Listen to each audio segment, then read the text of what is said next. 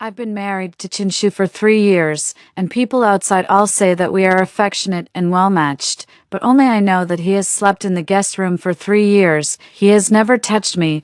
I placed the divorce agreement on his desk, wanting to set him free. However, I accidentally saw the open diary on the desk. Today, after she took a shower, she forgot to take away the clothes she changed out of. I held back for a long time, but still couldn't control myself and hid one piece. I hope she won't notice. I froze. So the underwear that was lost before was all taken by him. Hello, everyone. Welcome to my channel. Subscribe us to read wonderful novels every day. Now the story begins. In the middle of the diary on the desk, there was a black and gold fountain pen clipped. It wasn't the one I gave to Chinshu, but the underwear mentioned as taken in the diary. It was the one I just bought last week. Thinking carefully, over the past 3 years, the nightgowns and underwear I had lost added up to more than 20 pieces. I thought it might have been blown away by the strong wind, or I might have forgotten to bring them back when I went on a trip. I never suspected Chinshu,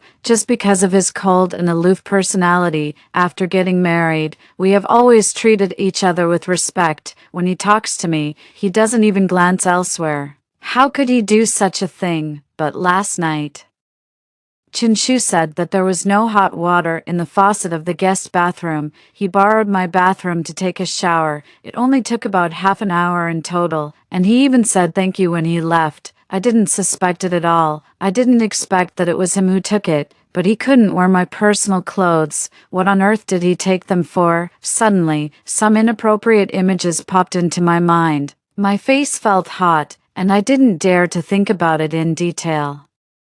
I really wanted to go up and read the previous content of the diary.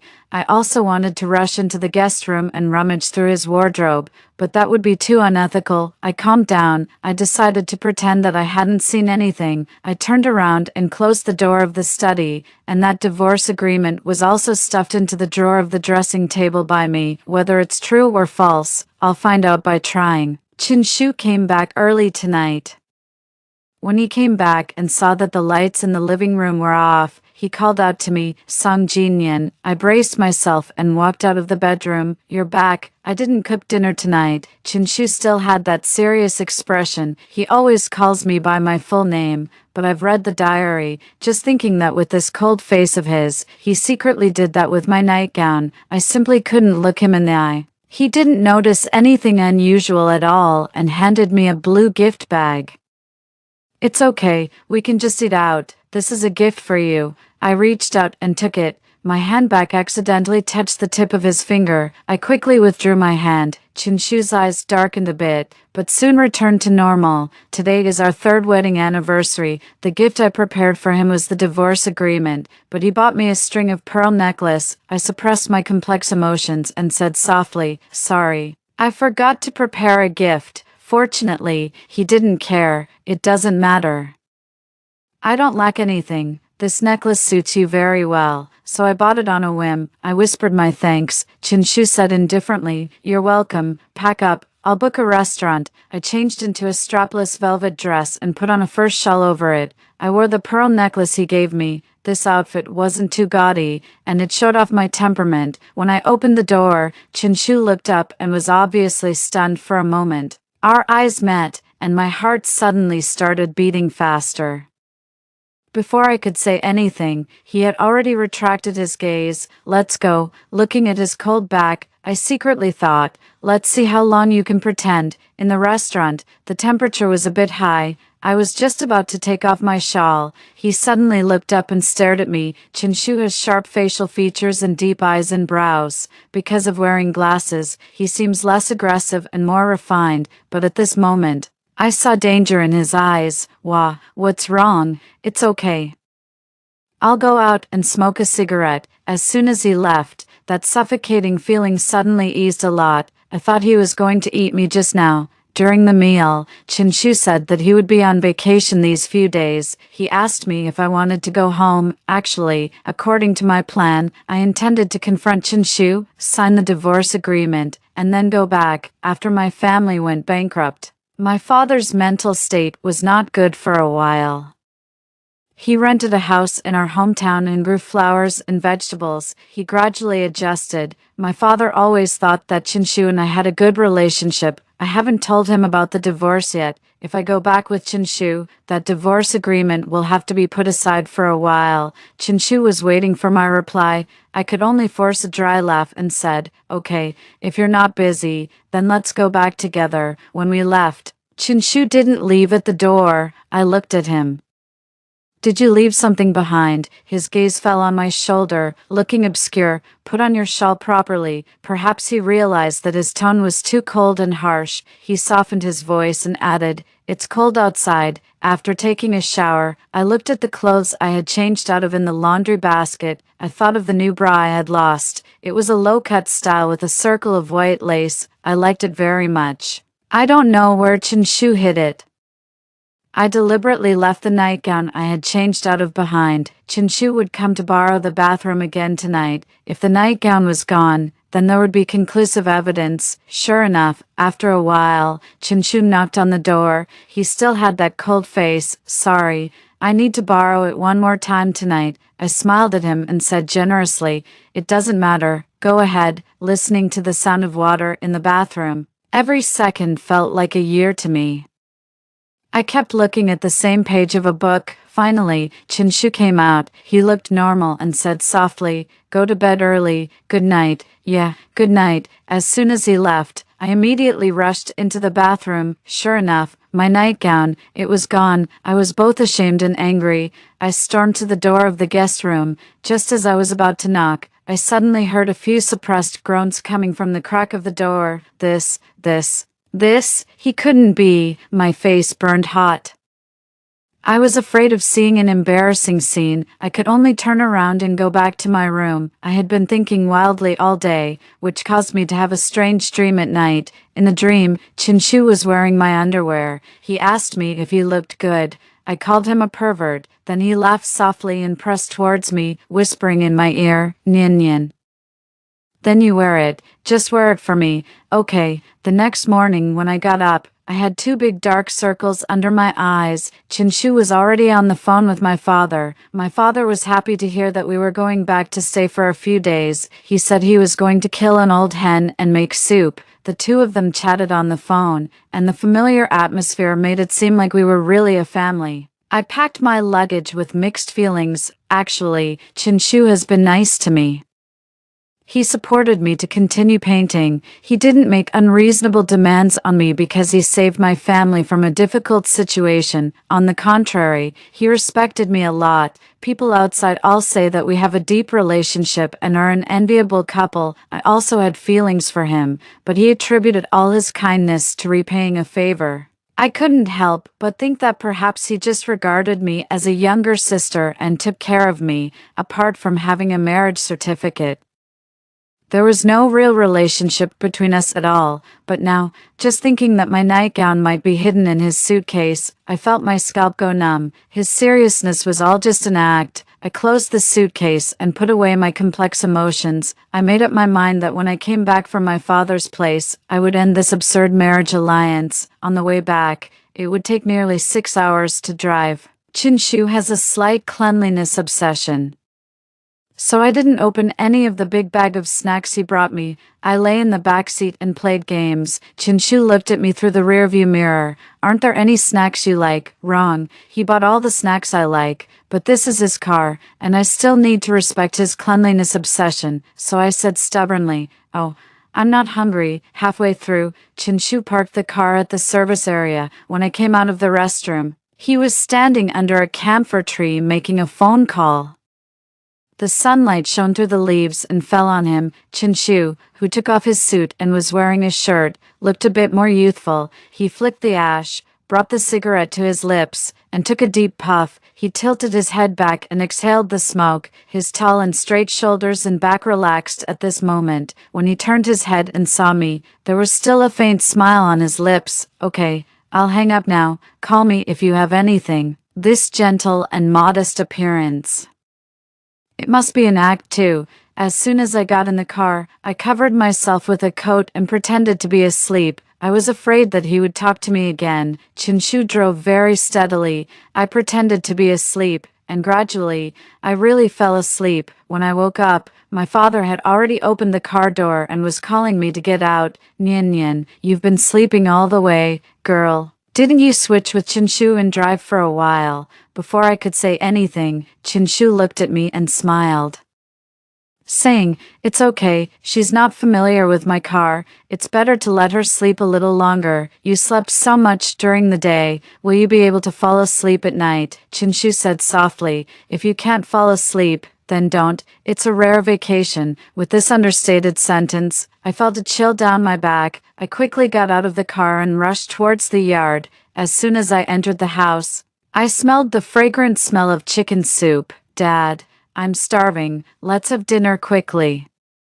Okay, let you two taste Dad's cooking. Xiaoshu, take her to wash her hands and keep an eye on her. Don't let her steal food. Chinshu carried my suitcase, followed my father, and replied with a smile, "Okay, I'll watch her." When I heard Chinshu's voice, my body tensed up. As soon as he came in, I quickly went out. My father's yard is spacious and bright. He also planted a lot of flowers, and I don't even know their names. After washing my hands, I squatted down and took a few photos and sent them to my friends. While I was typing, Chinshu suddenly appeared behind me. "This is the weeping jasmine." I was startled and quickly stood up. I lost my balance and almost fell. Chinshu reacted very quickly. He grabbed my arm and pulled me into his arms. "Be careful." The clean and refreshing fragrance on him wafted into my nose as soon as he got close. I just felt my heart beating faster suddenly. When you like someone, you will feel that even the smell on him is alluring.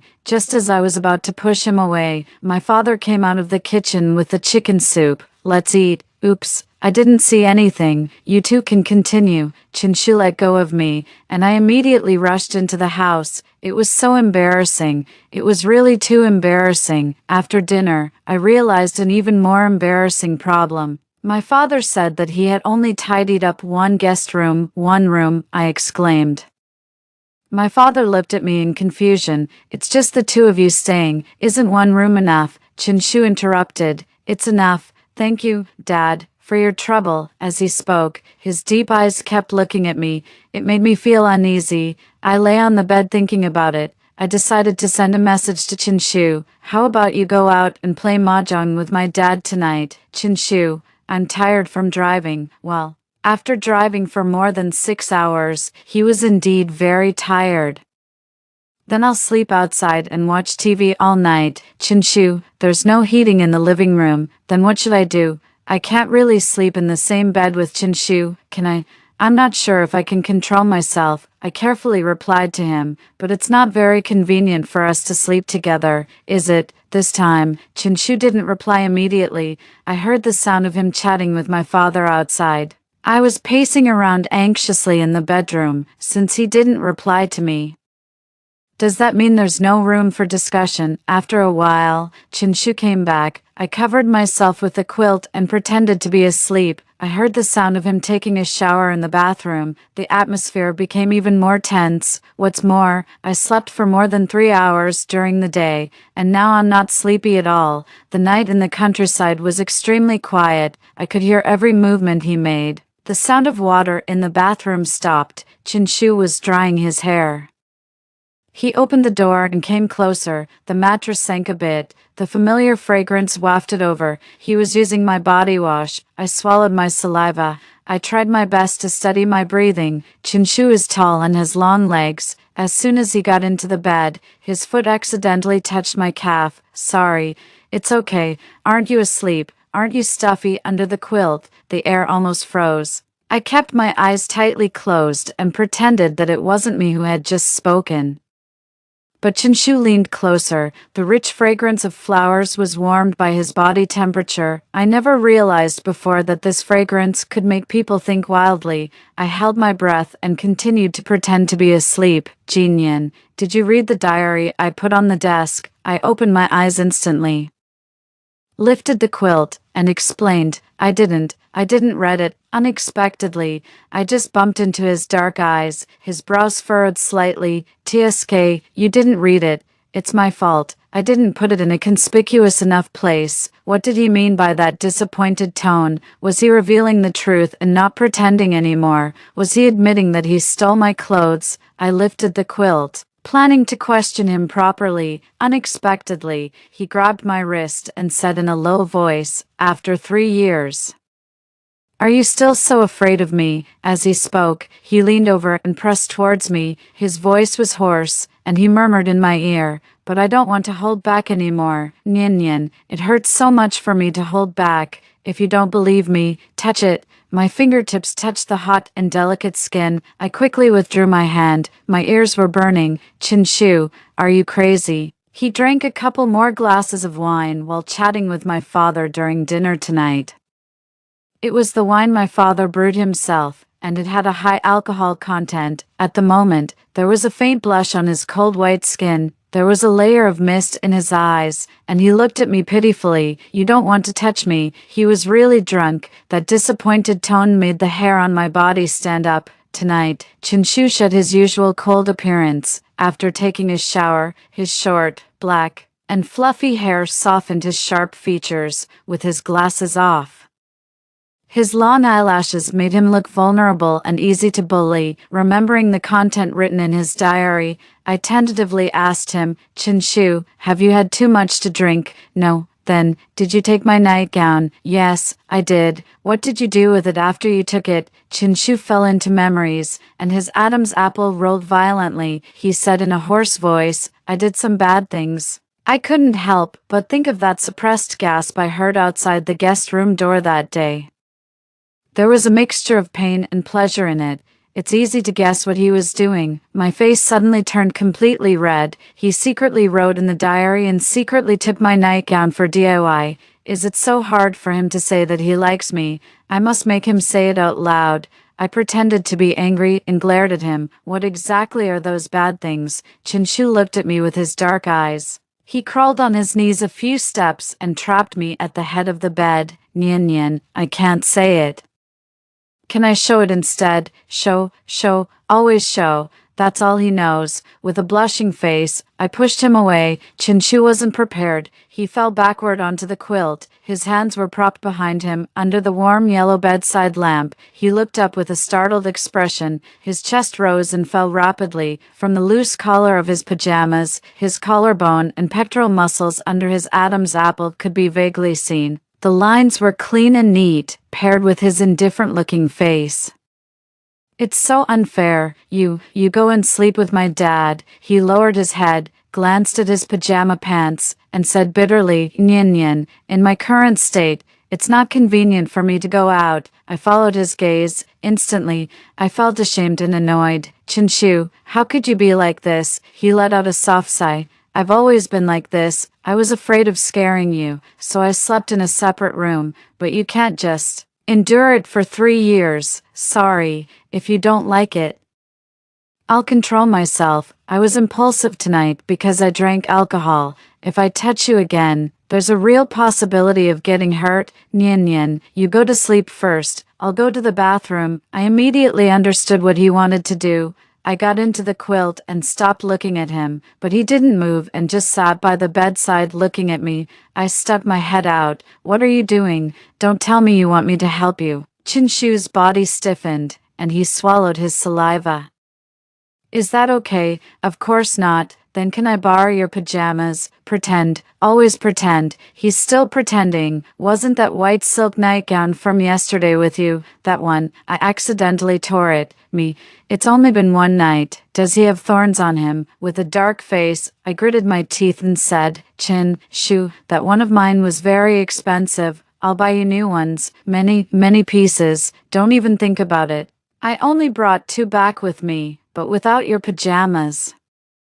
It's very difficult for me to stop talking." "Pervert." I really couldn't stand it anymore. I covered myself in the quilt and buried my completely red face, but I didn't know that Chinshu stood by the bedside, feeling as if he was about to fall apart. It took him a long time to say, "Sorry." That night, Chinshu didn't touch me. He also didn't go to the bathroom. Instead, he curled up at the end of the bed and slept there all night, not even taking a pillow. The next day, He said there were matters to deal with at the company, so he would go back first. He asked me to stay for a few more days. My dad didn't know what had happened between us, but after all, he had experienced a lot. When Chinshu was speaking, his eyes were always fixed on me, but I avoided his gaze. After Chinshu left, he asked me if I had quarreled with Chinshu. I denied it. No, there's nothing to quarrel about with him. My dad was shelling edamame and said, Chinshu is a good kid.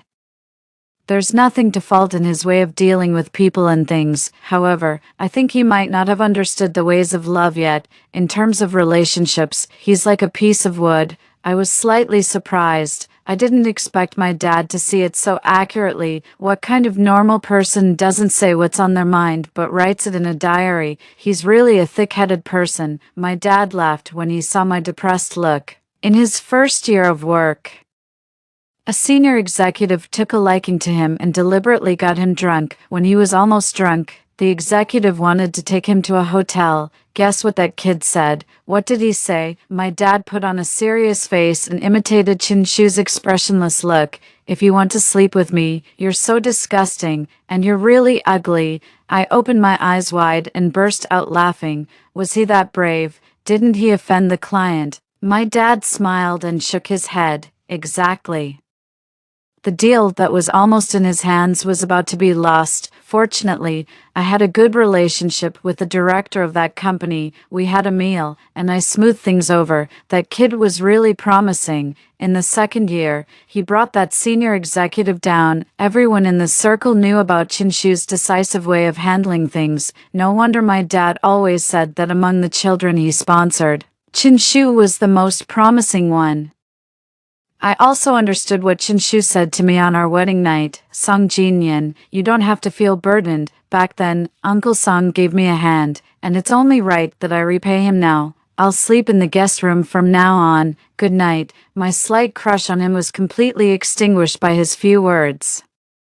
But Chinshu has always been a person who clearly distinguishes between kindness and hatred. The first time I met him was when I brought a friend home to play. Chinshu just came out of my dad's study. A clean and youthful aura rushed towards me. He was wearing a school uniform, tall and thin. His eyes were cold and unruly. He glanced at me, nodded at me, and then left. My friend asked me who that handsome guy was. I hid my instant amazement at him. I shrugged and said I didn't know either. Later, I asked my dad, and he said that Chinshu was a student he sponsored. He got a scholarship and came to return the money. My dad didn't accept it. I even joked at that time that he had a lot of backbone. Later, he was admitted to University A and came to my home to return the money again. My dad still didn't accept it. At that time, I thought that Chinshu was really stubborn and was afraid of owing others. But my dad said that he would definitely achieve something in the future. Sure enough, in the end, it was Chinshu who sorted out the mess of my family. I am grateful to him, but from the bottom of my heart, I'm also a bit afraid of him. My dad let out a sigh. Nyan, Dad is getting old. I'm truly happy from the bottom of my heart that you and Xiaoshu could be together. But if you're not happy with him, Dad doesn't want you to repay his favor for me. If you can't make it work, don't force yourself. I just want my precious daughter to have a happy marriage. My eyes became hot, and I turned my head away. Who said I'm not happy? I'm having a great time. He's just a man who appears tough on the outside but is actually timid on the inside and only dares to write his little thoughts in a diary. I'm going to ask him face to face and make it clear what he's really thinking. Either we separate, or we be together properly, just like a normal couple. I don't want to live in such confusion anymore. I booked a return flight ticket without telling Chinshu, but I never expected that. As soon as the plane landed, it was pouring rain outside. I was trying to hail a taxi when Chinshu's call came through. Nyan, Dad said you're back. Damn it, my dad betrayed me. I stammered, trying to figure out what to say. Yes, wait for me at the airport. I'll be there soon. Okay, the call ended. I looked outside the glass curtain wall, where the shadows of the trees were swaying in the rain. I remembered once when I came back from a trip. It was summer, and it was also pouring rain. I finally managed to take a taxi to the community. I ran all the way and got into the elevator, but I was still soaked through. When I got home, Chinshu frowned when he saw me. He seemed to be in a bad mood. When I came out after changing my clothes, he handed me a cup of hot ginger tea. He said simply, "Tell me in advance next time, I'll pick you up." However, I always felt that we weren't close. Apart from having a marriage certificate, we were nothing to each other. Chinshu didn't make me wait for long. I guess my dad told him the flight information. In the wind and rain, he held a black umbrella and walked towards me against the wind and rain. His leather shoes stepped into the puddles, and his trouser legs were all soaked. They stuck to his skin. He moved the umbrella aside, revealing his sharp and distant eyebrows and eyes. "Sorry, I'm late." My heart suddenly skipped a beat. I lifted the hem of my skirt and got under the umbrella. "You're not late." On the way back to the car, he tilted the umbrella completely towards me, and his clothes got soaked. He took off his suit, but the shirt underneath was also wet. It stuck to his firm muscles, and the curves were faintly visible. There was a clean towel in the storage compartment. I leaned over to help him wipe off the water droplets. Chinshu was taken aback. He awkwardly took the towel. "I can do it myself." He's avoiding me again. He's clearly soaked like this. I grabbed his collar and said forcefully, "You're all wet, take this shirt off too." He suddenly looked up, and a trace of panic flashed in his eyes. "No need, we'll be home soon." "Yes, you need to. If you don't take it off, I'll do it for you." As I said that, I straddled over to the driver's seat. The space was a bit cramped, and Chinshu adjusted the seat. My heart was pounding like a drum. My fingertips touched the buttons of his shirt. Suddenly, I found that he was the same. His heart was beating so fast that it seemed out of control. Chinshu looked up, and his dark eyes stared at me without blinking. I, as if possessed, lowered my head. I kissed him on the lips. He froze, his hands spread out, not daring to move. Since I've already kissed him, biting the bullet, I simply kissed his chin again. When my kiss landed on his Adam's apple, Chinshu shuddered all over. He let out a muffled gasp. The next second, he used one hand to hold the back of my neck and kissed my lips.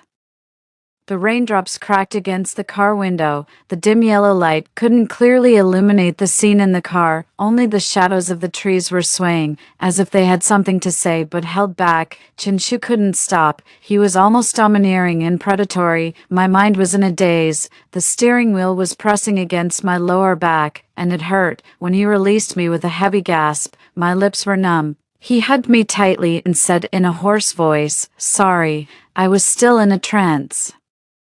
And at that moment, I only had one thought: let's go home first. Chinshu drove very fast all the way. After we got home, he asked me to take a shower first. When I came out, he had also changed his clothes and cooked dinner. I picked a bottle of red wine from the wine cabinet. I turned around and asked Chinshu, "Do you want to have a drink?" He looked at me. "Do you want to drink?" I explained. "Mainly, I think that if you drink some wine, you'll be a bit braver, just like that night." He took the initiative to admit that he took my nightgown. "Tonight, you have to take the initiative to admit that you like me." Chinshu nodded. "Okay, then I'll keep you company." At the dinner table, he poured me a little less than half a glass of red wine. "Why didn't you wait for me to pick you up? I missed you." Chinshu's hand paused. It seemed that he couldn't believe what he had heard. I summoned up my courage and asked him, "Don't you miss me?" He nodded very seriously. During the meal, we didn't eat much food, but we drank most of the wine. I didn't know if it was the effect of the wine or because of his gaze, but my face was burning hot. I couldn't help but think of that kiss in the car. After the meal, Chinshu cleared the table. He cut a plate of fruit for me and sat beside me watching me eat. His gaze seemed to pierce through me, but he sat there properly. His fingers resting on his knees moved. I turned my face and asked him softly, "Do you want to hold hands?" Chinshu looked at me and nodded obediently. I directly took his hand. "If you want to hold hands, then hold hands." Chinshu's palm was very warm, because of his fitness.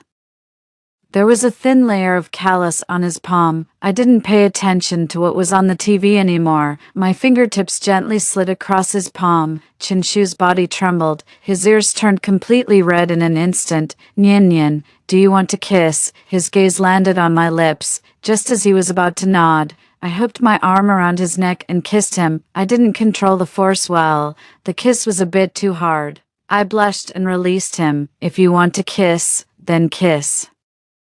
I wanted to show him with my actions that he should just do what he wanted. He didn't have to always hold himself back. But Chinshu was stunned by my kiss. When our eyes met, his deep eyes were filled with desire. It was scary.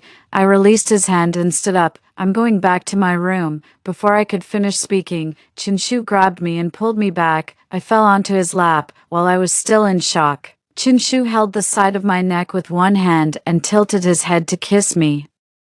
His clean scent invaded freely. My consciousness was drawn into a sea of desire. His shoulder became my only driftwood. When I was almost out of breath, Chinshu released me. His big hand wandered along the side of my waist. He asked me in a hoarse voice, "Is this okay?" I looked at him and nodded gently. In the bedroom, the bedside lamp was turned off. The sound of the rain outside was very urgent, just like the hearts of Chinshu and me beating together in the dark. We couldn't see each other's faces clearly, and it seemed to give me more courage. The warm kiss traveled down my neck. Chinshu's Adam's apple rolled. He let me tease him. I deliberately stopped and asked him, "Chinshu, do you like me?" Chinshu's voice was hoarse, and he said softly, "I like you very much." Since when? A very long time ago. I angrily bid him, "Then why didn't you say it? You even made me sleep alone on our wedding night." Chinshu let out a pained groan and reached out to stroke my hair. "Because I wasn't sure if you hated me. You're blaming me first. Clearly, you rejected me first. I was heartbroken for a long time. Do you know that? Sorry. Back then, I took advantage of your difficult situation and married you when you were in a desperate situation. I have dirty thoughts and couldn't control myself. If you knew what I was thinking when I was sitting at the table with you, you would definitely think I'm disgusting." I kissed the red and swollen place where I had just bitten him. Chinshu's breath caught. He held my waist with a little skill and pressed me underneath him. He propped one hand beside the pillow. The other hand gently stroked my face. I deceived myself, thinking that we still had a long, long time. One day, you would definitely accept me. But I accidentally heard you consulting a lawyer about divorce the other day. I was scared.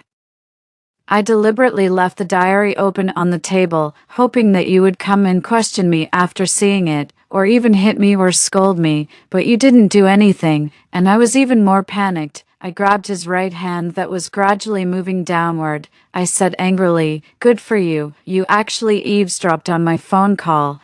I really did prepare a divorce agreement and was going to divorce you, you tight-lipped guy."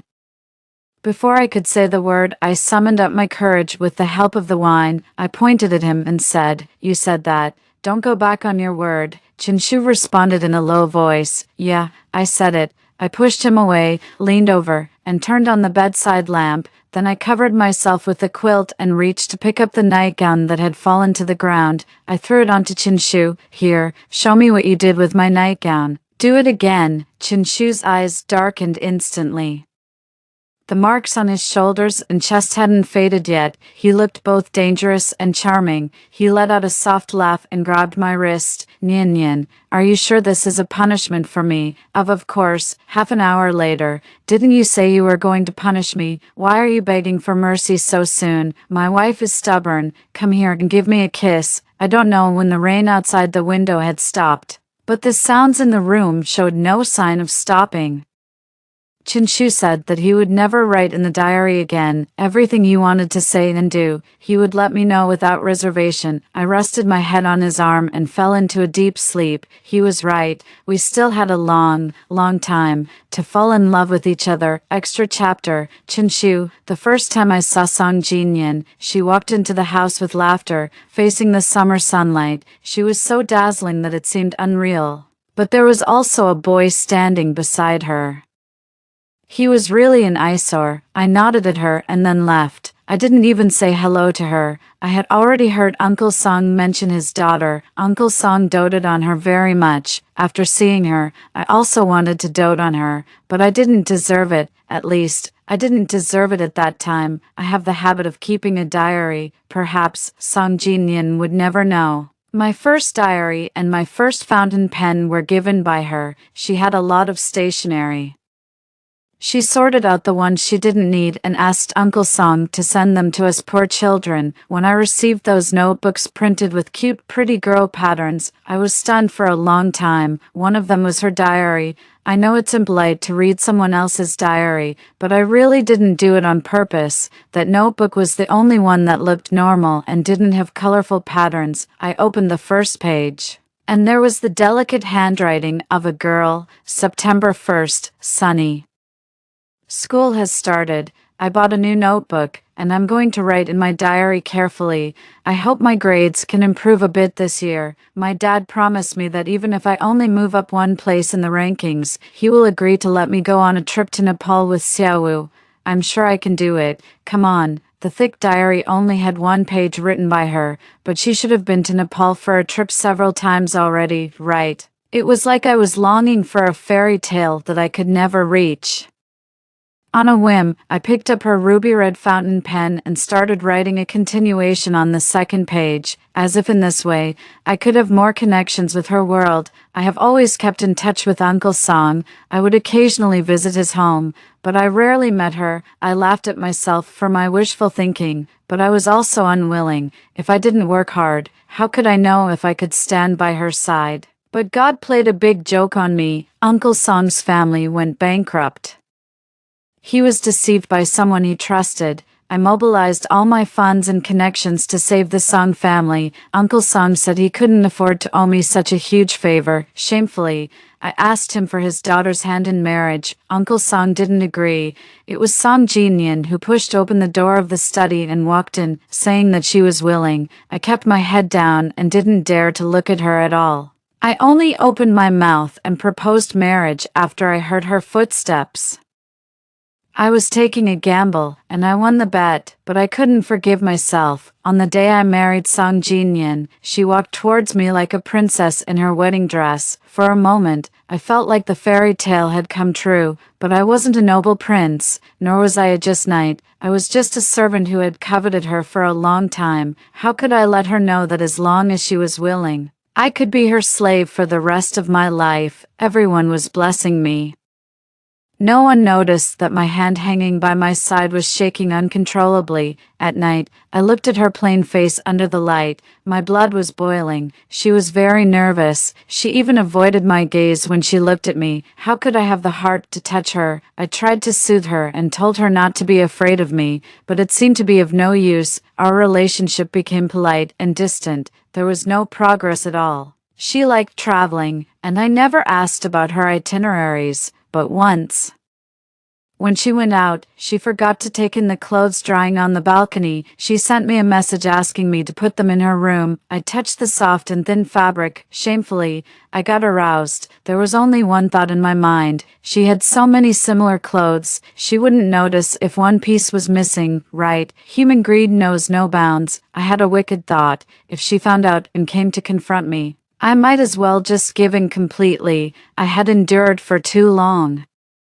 and I felt like I was on the verge of going crazy, but she was such a scatterbrain. She really never noticed it even once, until that day, when she came home. She was on the phone with a lawyer, consulting about divorce matters. She probably didn't know I was at home. She chatted freely in the living room for a while, talking about property division and compensation. I leaned against the back of the door, feeling dazed. I really wanted to rush out and kneel down to beg her not to divorce me, not to leave me, just take pity on me and show me some mercy. When the living room became quiet, I realized that my face was covered in tears. I knew that I was paranoid and that I was like a madman. I always managed to do the things I set out to do, no matter how hard it was. But when it came to loving her, if she didn't agree, I had no way at all. I locked myself in the room and didn't let her find out. I listened to her brisk footsteps occasionally passing by in the living room. I heard her humming a song. It seemed that leaving me was a relief for her. I felt like I had died once. Our third wedding anniversary was approaching. How could she have the heart to leave me at this time? That night, I used the lame excuse that the shower head in my bathroom was broken. I borrowed her bathroom. She was sitting on the bed applying a facial mask. She was wearing a pure white silk nightgown. It was extremely alluring, but she had no defenses against me at all. In her bathroom, There was the fragrance she left behind, in the rattan basket beside. There were the clothes she had just changed out of. Blood rushed to a certain place instantly. I lost my ability to think. When I left, I took it away with me. She should notice it. She must notice it. When I got back, I wrote about this incident in the diary. I clipped the fountain pen in the middle of the title page. This fountain pen was the one she gave me on our first wedding anniversary. It was black and gold, a collectible item. I cherished it very much and rarely took it out to use. When I usually wrote, I used the ruby red fountain pen she had given me before. If she found out, she would come to my room to look for it, and she would see this diary. If she flipped through it further, she could see all my confessions. I was looking forward to seeing her lose her temper at me. She always smiled at me politely. That could no longer satisfy me. I wanted to see her get angry, to see her cry. I wanted to hear her call my name in a soft voice. On our third wedding anniversary, I gave her a string of pearl necklace. I had ordered it from a French craftsman half a year ago. Only something unique in the world was worthy of her. I was so afraid that she would take out a divorce agreement and tell me that this was the gift for me. Thankfully, she said she didn't prepare one. I could see a trace of guilt on her face, perhaps. I still had hope. During dinner, I decided to put aside my work matters and accompany her to visit Uncle Song. With family around, she wouldn't treat me with such a distant attitude. At night, I deliberately had a couple more drinks with Uncle Song, taking advantage of the alcohol. I summoned up the courage to confess my feelings, but she still resisted my touch so much and even called me a pervert. I felt as if I had been stripped naked and laughed at. I felt as if I had fallen into an ice cellar. I couldn't find a single word to refute, because my possessiveness towards her had already been distorted. Her simple words were like a death sentence for me. The next day, I left dejectedly. God knows how delighted I was when Uncle Song told me that she had come back early. I really wanted to go and take a look at the previous content of the diary. The rain was pouring so heavily, I had to go and pick her up. 2 years ago, she went on a trip alone and didn't tell me when she came back. She got completely soaked. I was both worried and angry. She would rather get drenched in the rain than give me a call. I hated myself for being so useless. This time was different. When I walked towards her, I saw joy in her eyes. What I didn't expect even more was that, in the car, she took the initiative to kiss me. Was she feeling sorry for me getting wet in the rain? If so, I could get myself soaked every day. That night was like a dream. She was so obedient and cute. She even asked me to show her what I did with her nightgown in front of her, saying that this was a punishment for me. If this was a punishment, I wanted to have it every day. Later, I tried every means to please her. She was so tired that she cried and called my name in a soft voice, asking me to let her rest, saying that we still had a long, long time ahead of us. Holding her as she slept soundly, my eyes welled up with tears. Was this her promise to me? Yes, it must be.